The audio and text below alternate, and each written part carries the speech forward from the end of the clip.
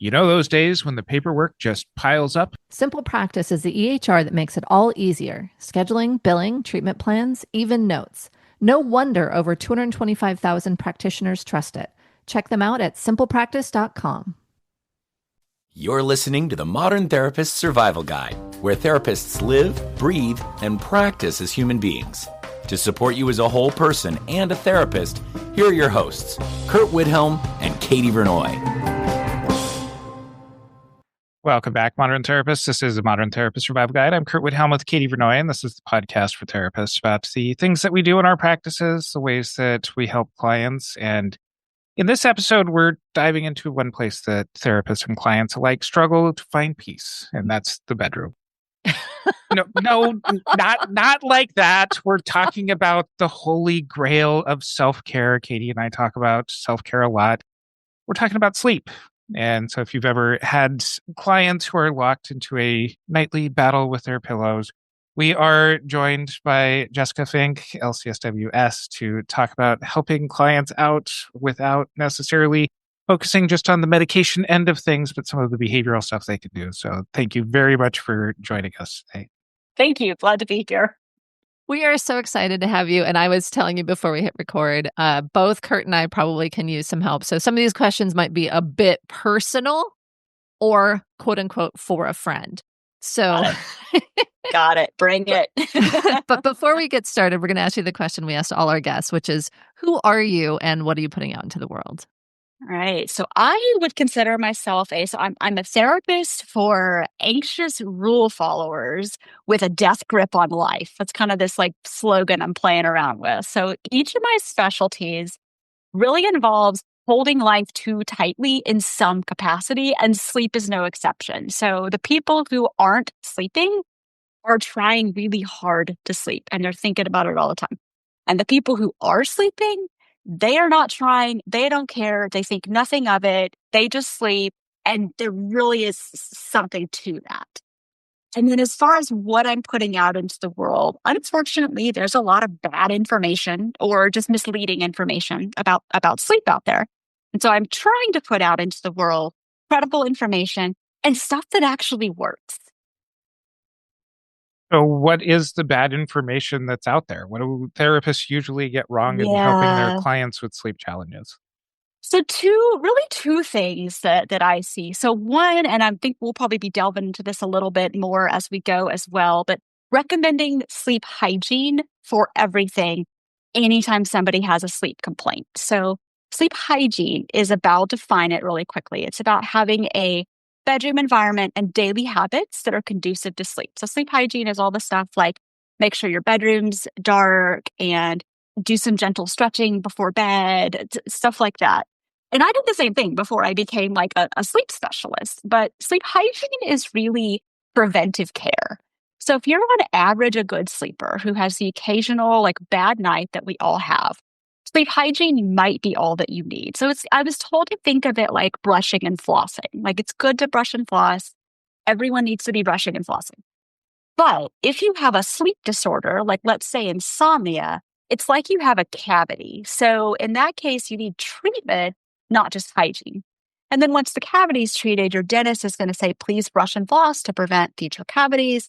And similarly, when I treat someone's insomnia, once we've kind of got it on track and the sleep is where they want it to be, we will put sleep hygiene in place once their insomnia has resolved. So if you have insomnia, sleep hygiene is not going to fix it.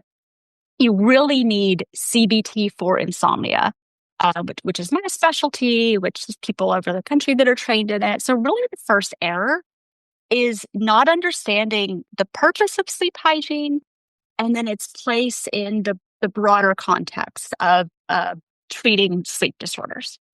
And then the other is, and that's part of like why I wanted to come on this show today, is believing that sleep is just purely a medical issue and then it can only be helped by a physician, which I also believe before I became a sleep person. So sleep is so much more behavioral than a lot of people think, depending on the sleep disorder. So some sleep disorders like insomnia and nightmares, purely behavioral. So there are medications for those things, but like sustainable change in insomnia or nightmares that really comes from a behavioral intervention. And then circadian rhythm disorders, it's another type of sleep disorders. Those are mostly behavioral. So generally, those are treated with a combination of properly timed light exposure, properly timed melatonin. But even sleep disorders that do require more medical intervention, like, say, sleep apnea or hypersomnia disorders like narcolepsy, they still have a behavioral component. So, like wearing a CPAP, that's a behavior change. And we as therapists, I think, have a really important role to play in helping people wear their CPAP using things like motivational interviewing, empathic listening. Like if you just tell someone, wear this thing because I said so, and the thing is like weird and uncomfortable, people aren't going to wear it. And CPAP adherence rates are really poor. But we know from research that if you actually take the time and really listen to someone's objections to wearing the CPAP, explain to them what's going on and why they're being asked to do it, people are a lot more amenable to wearing the CPAP. So that's sleep apnea. Let me just touch on the other thing I mentioned, which is narcolepsy. There's a group of sleep disorders called hypersomnia disorders, and that includes narcolepsy 1, narcolepsy 2, and there's something called idiopathic hypersomnia. So like sleep apnea, you do need a physician to diagnose, you do need a physician to prescribe the treatment. But we've also learned through research that even if these people who have these hypersomnia disorders are properly medicated, so standard care is usually a stimulant, they still have quality of life issues. Like they don't know how to socialize or date with these disorders. They don't know how to ask for accommodations at work. They don't know how to manage their energy during the day. And so again, therapists really have something to offer here. Sleep seems like such an important part of our lives. And I have clients who, for whatever reason, are not sleeping. I feel like there's almost nothing I can do to help them because everything is very overwhelming. Everything is emotional, is almost impossible. There's so much that goes into it. And what I'm hearing you say is that there's a lot of behavioral change that can shift some of these things. And I definitely have been somebody that's talked about sleep hygiene. So I'm very interested to hear more about this. But it feels pretty daunting when you're sitting in a room with a client and they're not sleeping. And if we're saying, hey, behavioral change is required and they're not sleeping, the behavior changes seem even harder to do. And so where do you start with that? Where do you start with whether it's, CBT for insomnia or whatever? Like, what are the things that you do? How do you assess? And then what do you do as kind of initial interventions to try to help shift this? Because I feel like it's that deficit of I'm depressed and I can't do anything, but activation is going to help me be less depressed. It feels like an uphill battle that feels very daunting.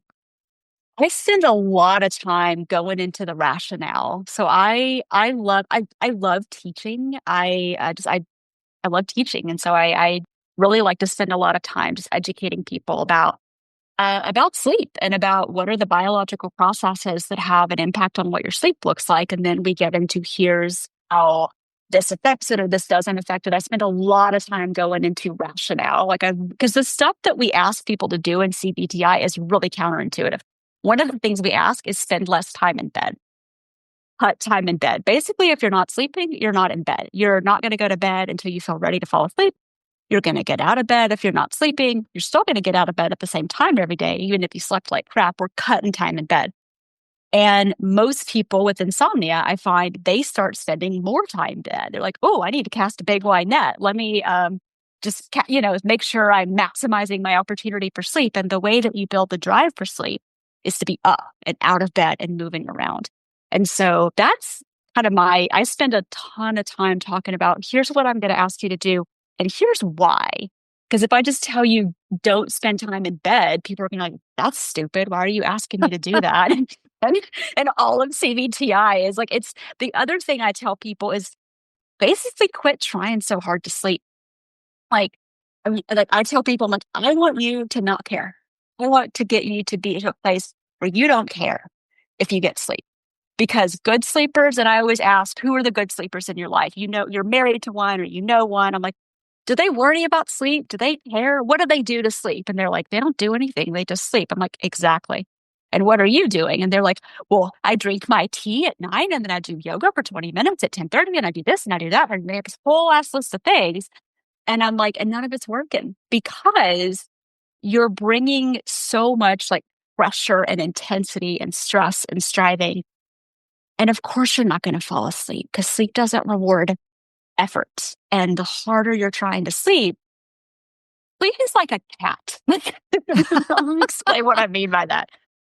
If you've ever had a cat, you know how cats are kind of like, they love you on their own terms. Like cats, they like you or they don't like you. Dogs tend to be like, I love everybody. Hooray, you're my friend. Cats are like, I don't know. I'm going to hang out over here. I'm not going to pay you much attention. And as soon as you, like, if you try to like pursue the cat, they'd be like, come cuddle with me. It's like, no, get away from me. But a lot of times if you just let the cat, ignore the cat, don't do anything with the cat will come to you on its own terms. Sleep is like that. So sleep is like a cat. So it sounds like we're talking to people about, hey, we want you to think a lot about this thing, but don't think about it too much. Yes, it's full of the treatments. It's full of contradictions. I also have people keep a detailed sleep diary. And I'm also saying like, hey, don't think about it. Don't care. Don't worry. Also, please keep this detailed diary so I can see what's going on. Simple Practice's new AI-powered note taker records my sessions and then turns them into structured progress notes in just minutes, which means I can wrap up my day without spending my evening writing notes. And for a limited time, Simple Practice is giving you a 45-day free trial of Note Taker. That's an extra 15 days when you sign up before January 16th, 2026. Get your hours back with AI-powered progress notes that generate key session takeaways just minutes after your session ends. Note Taker helps you remain HIPAA compliant, safely generate notes without compromising on HIPAA compliance or data security.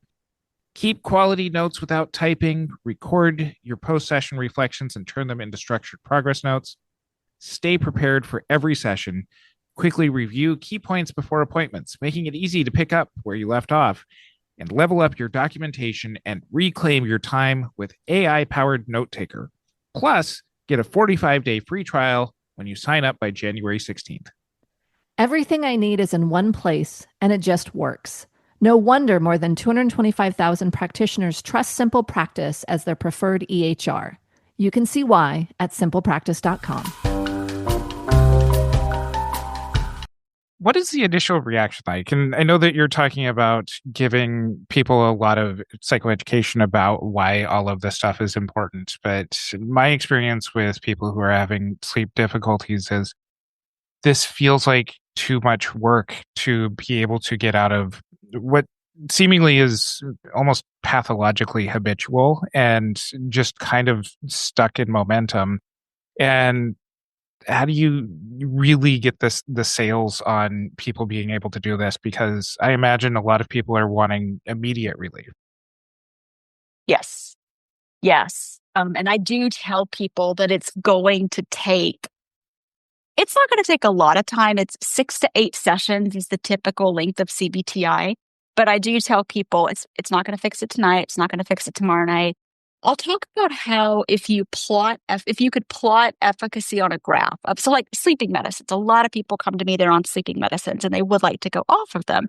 But I'll say, hey, if you were to sleep tonight, take a sleeping medicine. It'll most likely work. It'll get you to sleep. But if we plot the efficacy over time of sleeping medicines, they tend to be effective right away, but the efficacy will typically decline after a while. Behavioral intervention is like the opposite. It would make an X. So behavioral, it's not going to work. It's not going to help at first. It's not going to help you sleep tonight. Probably not going to help you sleep tomorrow night. But give it a few nights, especially give it a week or two, you will start to see benefit. And we know that benefit is so much more. We've studied people as far as 10 years out from doing CBT for insomnia. And so we know that the changes hold at least as far as 10 years out. And just a lot of validation that this is hard. I'm like, you've got the hard end of the deal. I'm like, it's easy for me. It's straightforward. I can tell you what to do. I know where we're going. I've got the easy job here. You've got the hard job. I've even told people, like, if you're awake in the middle of the night and you're getting out of bed and you're pissed off because you don't want to get out of bed because no one ever wants to get out of bed, I'm like, you can send me an email. Now I will be asleep, I won't get it. But if you want to send me an email that's like, this sucks, I hate it, F you, or leave me a voicemail because don't worry about bothering me. I won't be asleep. But if you're just frustrated and you're like, damn you, Jessica. You know what? No one's taken me up on that, but I always offer it because I'm like, it's going to be 2 a.m. and you're going to be so frustrated because you don't want to get out of bed, and I'm making you get out of bed. So one of the things, it sounds like if you're asleep, you're in bed. If you're not asleep, you're not in bed. But I think there's some gradations there, right? Because there's a certain amount of time it takes to fall asleep when you get into bed. And then there's also like, hey, I drank water before I went to sleep and now I have to get up and go pee and I come back. And there's this element of how long do you wait until you determine like, I got to get out of bed? Yeah, great question. So there's a little bit of variation, but typically 15 to 30 minutes is kind of so as far as how long it takes you to fall asleep, 10 to 30 minutes is considered normal. So that's also another piece of it is some people have this idea that they should fall asleep in 5 minutes. And I'll actually say, normal sleep latency, 10 minutes to 30 minutes. So you can go up to 30. But I think 15 to 20 is also kind of a good, but definitely no more than 30. So definitely no more than 30 minutes in bed, not sleeping. And also, it's normal to wake up over the course of the night. We tend to use 30 minutes as the cutoff there. So being awake for short periods of time, even up to about 30 minutes, that's normal. A lot of it is letting people know, hey, this is normal. Like, you're not supposed to fall asleep in 2 seconds, be in deep sleep the whole night, and then bounce out of bed ready to go. Like, nobody does that.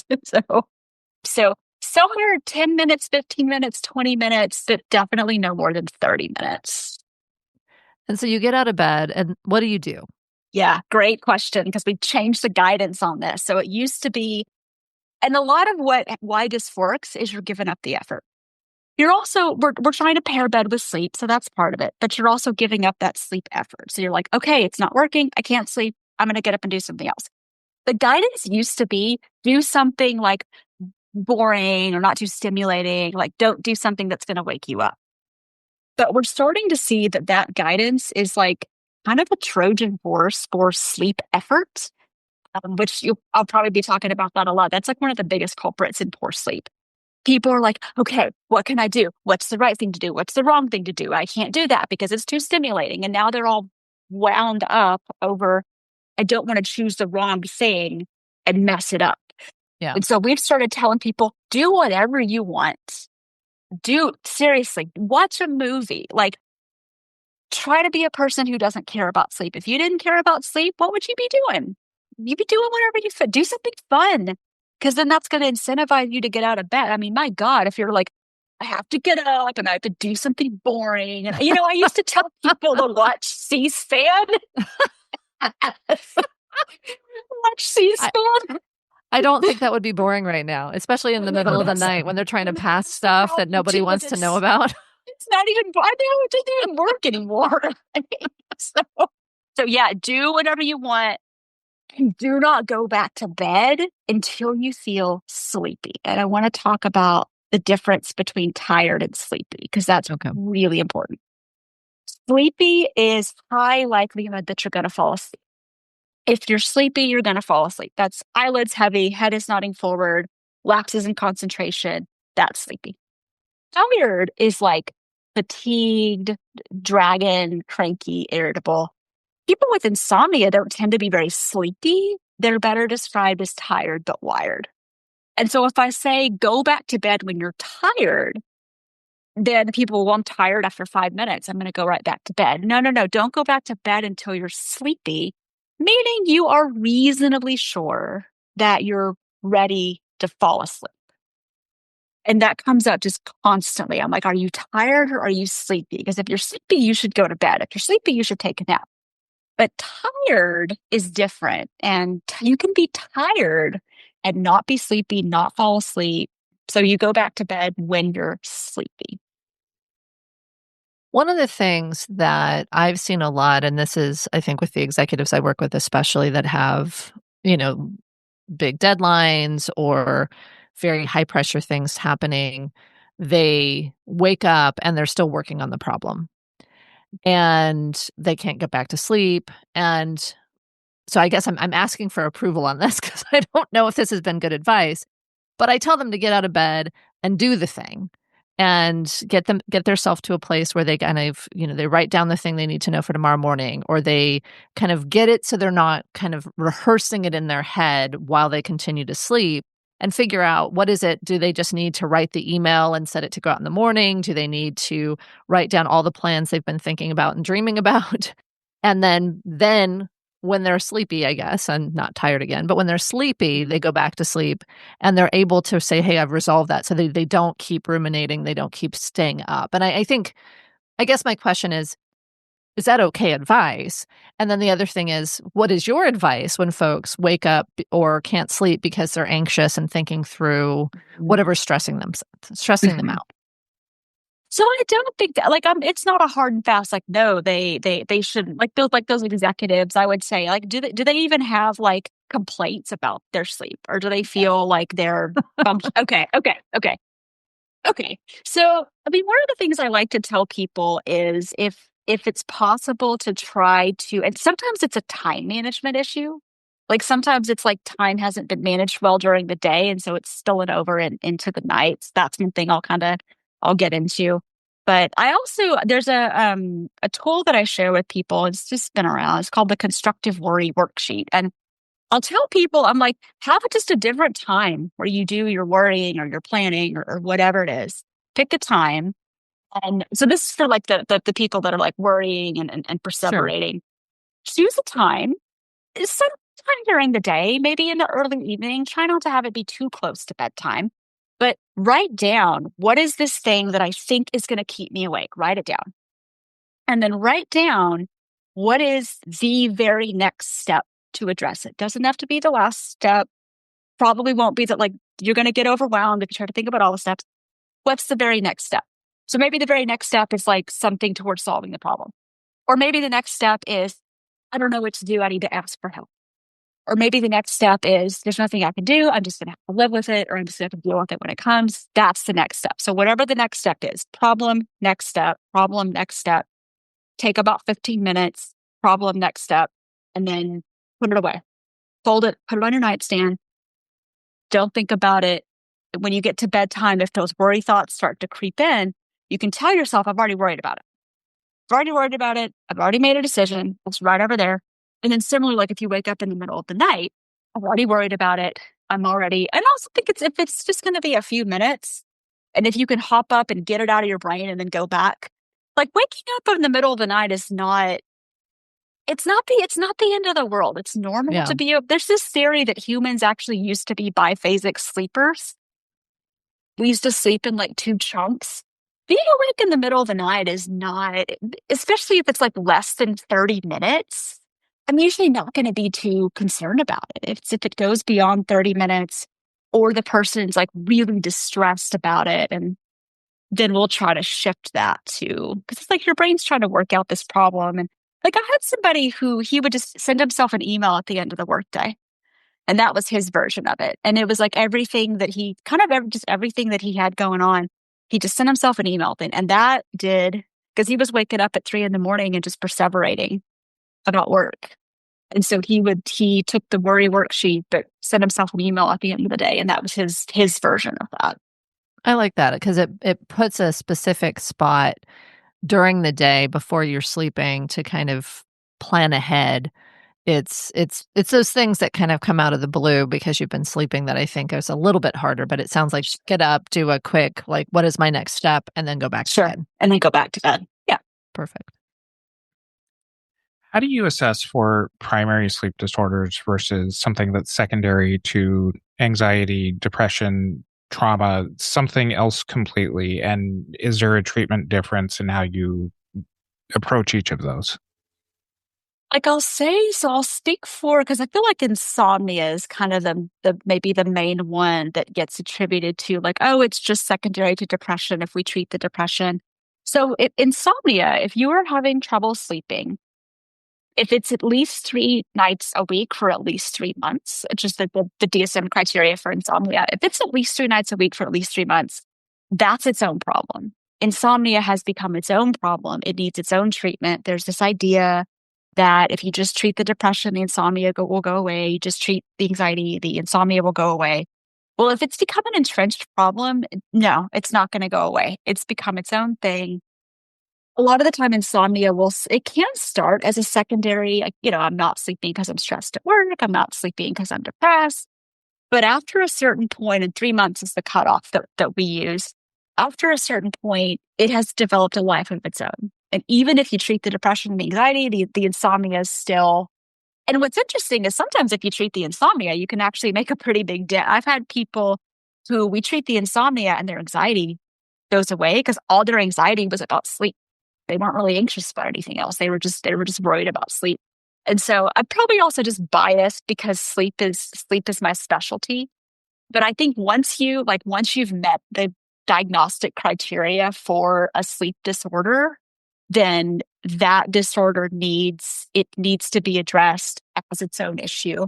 And every sleep disorder has a treatment. A lot of them are behavioral treatments, or some of them are more medical. But like once you've met the criteria, I think it's its own thing and it needs its own treatment. I want to go back to a sleep hygiene question that we didn't really ask, because I think that one thing we haven't talked about is how often we say, don't go to blue lights.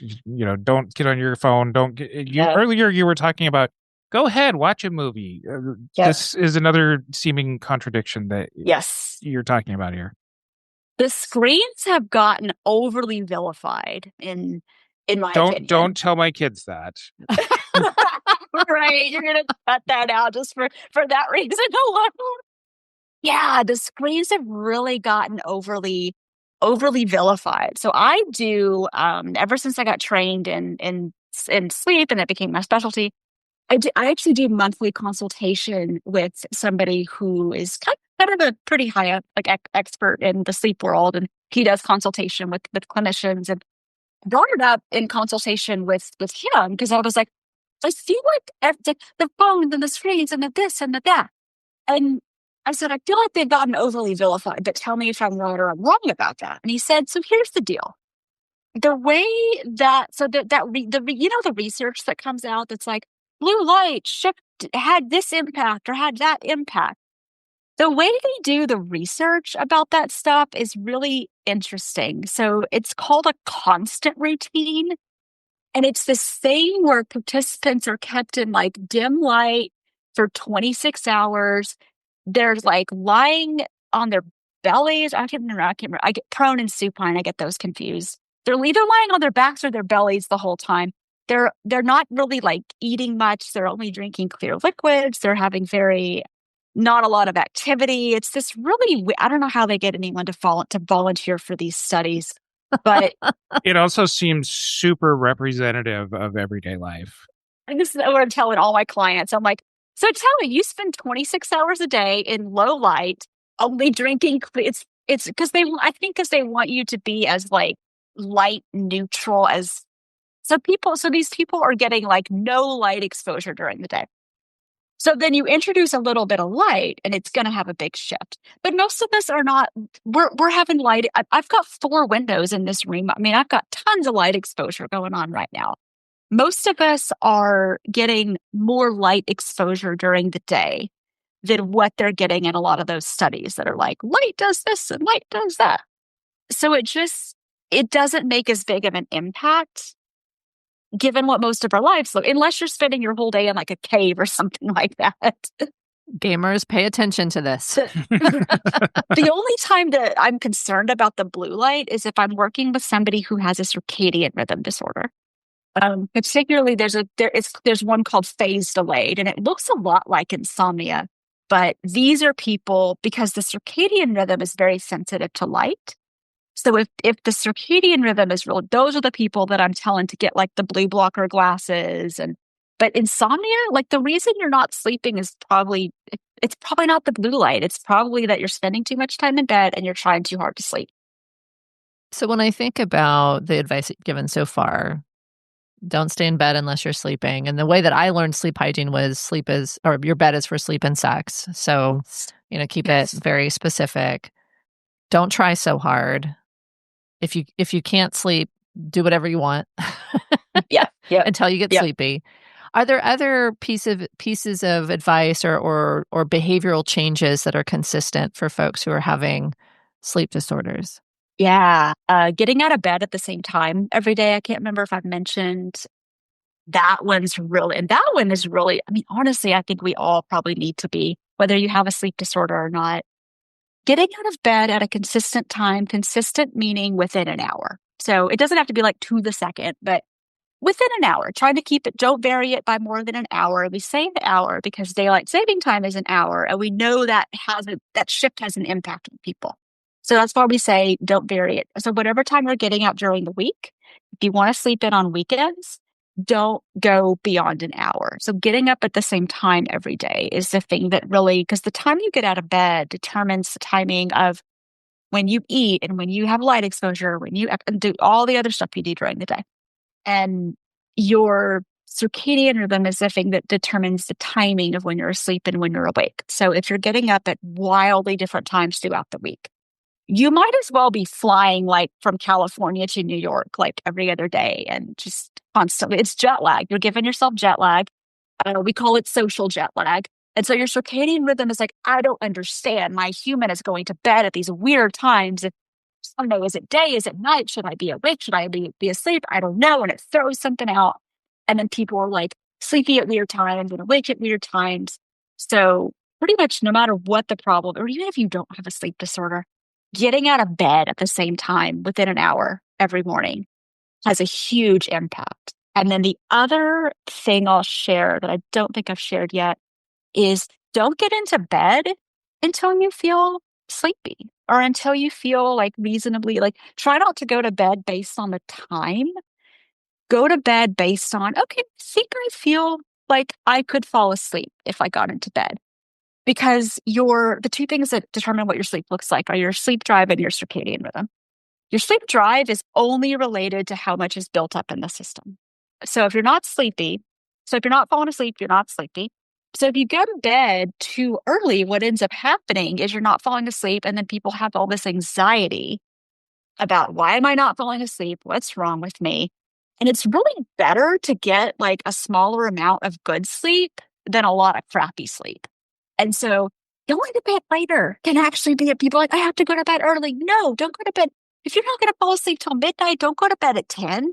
You're going to lay there for 2 hours and stress and worry about go to bed at midnight because then you're going to fall asleep fast. You're probably going to sleep better. So that's kind of the other thing I'll tell people is don't get into bed until you actually feel like, okay, I think I could fall asleep now. What's your opinion on wearables and the information? I kind of figured that your response would be something like that, but I don't have one of the fancy watches, but I check my app every so often, and it's like you got a 60 as your sleep score.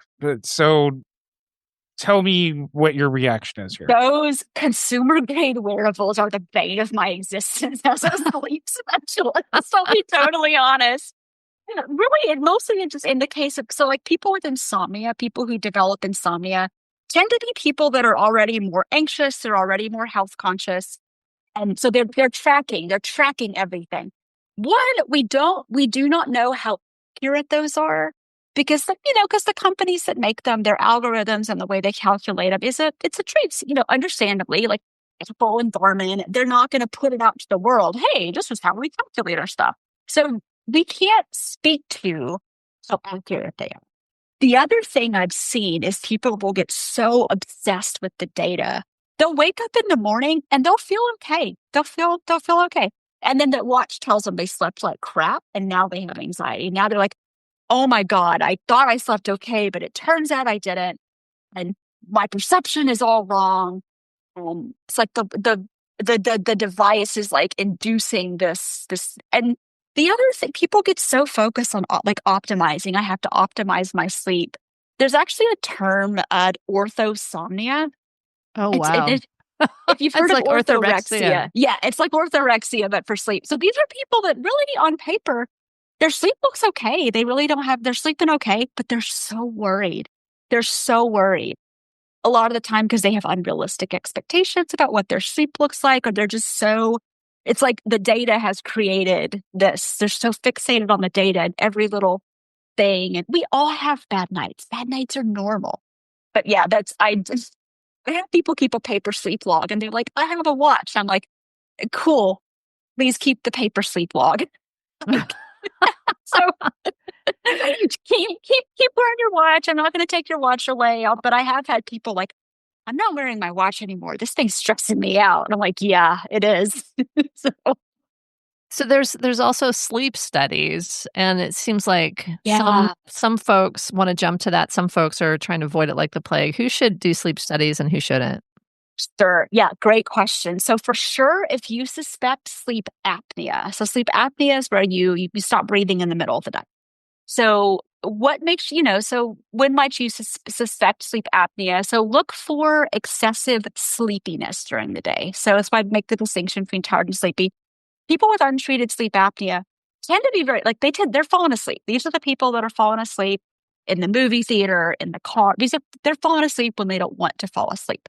And there's a tool, it's very easy to find online, called the Epworth Sleepiness Scale, that you can give to people, and you can score it. And you don't have to be a doctor. You just ask them the questions, score it. And if it's over a 10, then I would recommend you refer them to a doctor or a sleep medicine specialist to get a sleep study, because they most likely have sleep apnea. That's probably it. Sleep apnea or a sleep study is if you suspect narcolepsy. Narcolepsy is pretty rare. I don't know how many people listening have clients with narcolepsy. They're also excessively sleepy during the day. They're falling asleep when they don't want to be falling asleep. But with insomnia, a sleep study, if you only suspect insomnia, a sleep study is not going to tell you anything useful. So I think it's just important to know what a sleep study can measure and what it can't measure. So there's two ways of objectively measuring sleep: polysomnography and then actigraphy. Actigraphy is what all the smartwatches are doing. Actigraphy uses movement as a proxy for sleep. And so it kind of says, okay, if you're moving, you're awake. If you're not moving, you're asleep. Polysomnography is what they're doing in the lab. There's different levels of it, but it tends to measure stuff like brain waves, eye movement, what your muscles are doing, your heart rate, your breathing. So it can tell you, do you stop breathing at night? How many times do you stop breathing at night? And with narcolepsy, they're trying to see like how quickly somebody goes into REM sleep, which is why they're measuring the eye movements. But insomnia is a learned behavior that's become a habit. You don't have insomnia because of because of what your brain waves are doing, or because of what your eyes or your heart rate. You have insomnia because you have chronic insomnia because you're doing stuff trying to fix it that's not working. Like you've learned this habit and then you're doing stuff to try to fix it. People with just suspect insomnia, they don't tend to get anything useful. Sometimes they end up sleeping better in the lab because they're so worried. They want their sleep to look as bad as possible to help diagnose, that they're like hoping it's bad. And the funny thing that happens is when you quit trying to sleep, you sleep, but they sleep great. And then the doctor's like, oh, you're good news. Nothing is wrong. And they're like, oh, insomnia is subjective. Like insomnia is also, I'm not sleeping and I'm distressed about the fact that I'm worried about the fact that I'm not sleeping. So insomnia or a sleep study can't tell you that you're spending too much time in bed or that you're getting up at erratic times. It just can't measure the kind of stuff. Same with nightmares or circadian rhythm disorders. Those are diagnosed with a clinical interview and sleep logs. So really it's sleep apnea or narcolepsy. There's a couple of other sleep disorders that are getting kind of like way in the weeds. There's something called REM behavior disorder where you act out your dreams. So if you're punching and kicking while you're dreaming, go get a sleep study. But yeah, those are kind of the sleep apnea, narcolepsy, REM behavior disorder. Sleep study is helpful. It's going to give you useful information. Insomnia, no. Nightmares, circadian rhythm disorders, it's not going to tell you anything useful. It seems like there's a big crossover here with a lot of medical stuff. I'm just thinking about medicines that can make you tired or make you less sleepy or give you insomnia. So it seems like there would be a need to understand someone's medical history and potentially even be part of a team working with your client to understand how all those things interact. Yeah, sleep is really multidisciplinary. I guess maybe everything's multidisciplinary, but sleep for sure. Sleep for sure is. It's both medical and behavioral. And depending on the disorder, it's more medical or more behavioral. Where can people find out more about you and your practice? Yes, so I'll start with my website, which is www.jessicafink.therapy, which is my name and then the word therapy. I'm licensed in Texas, so if you live in Texas and you need sleep help, you can contact me through my website about becoming a client.